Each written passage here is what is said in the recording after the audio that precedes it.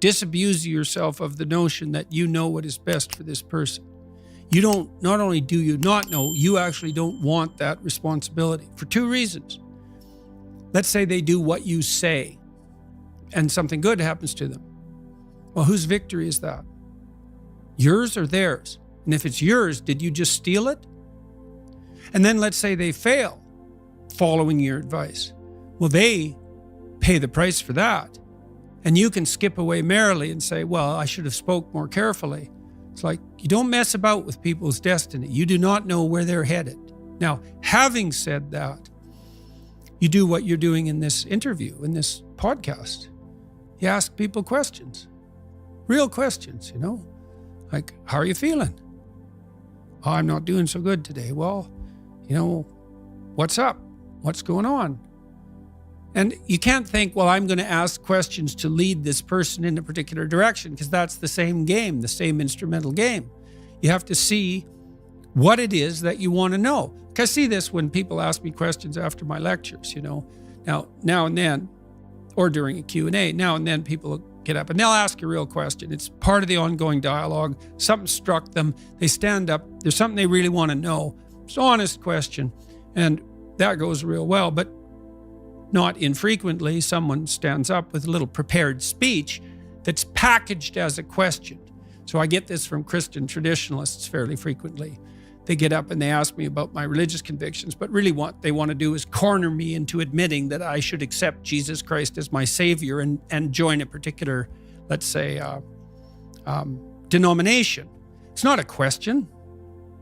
It's just a manipulation.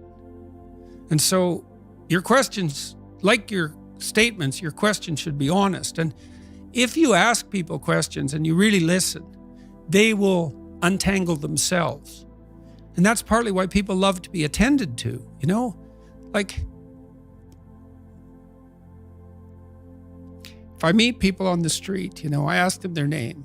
They're all usually flustered when they come up to me. They don't really want to interrupt me, and then they're flustered. And the first thing I do is shake their hand and ask them their name. And I listen, you know? I'm not that good at remembering names, but I listen to it. And they know how to say their name. And so it kind of settles them down. And then it sort of marks them out as a person against the background, eh?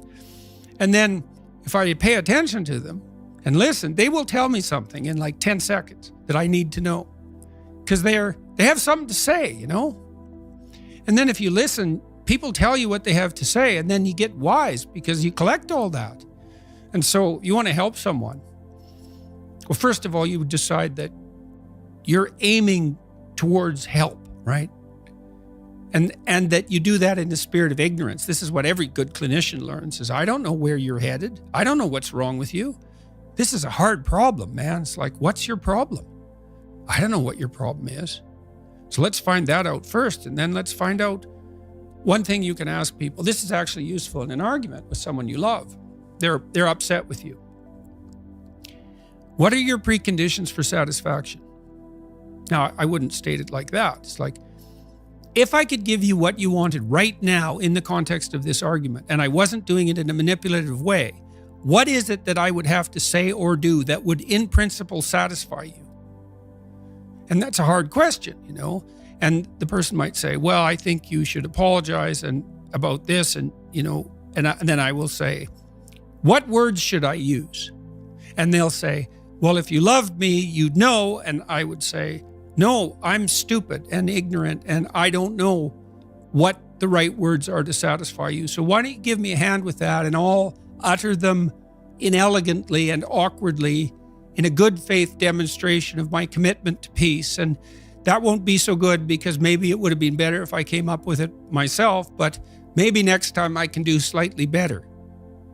And that works. It requires the person who's after you to think through the question even of whether there's anything that could be said or done that would satisfy them. And if the answer to that is no, well, probably the relationship is over. But certainly the person that they're accusing has been put in an absolutely impossible position. But usually, almost inevitably, if the person meditates on it for a bit, there is something that would satisfy them that can be negotiated, as long as they're willing to give you the opportunity to do it stupidly and badly. So listening, man.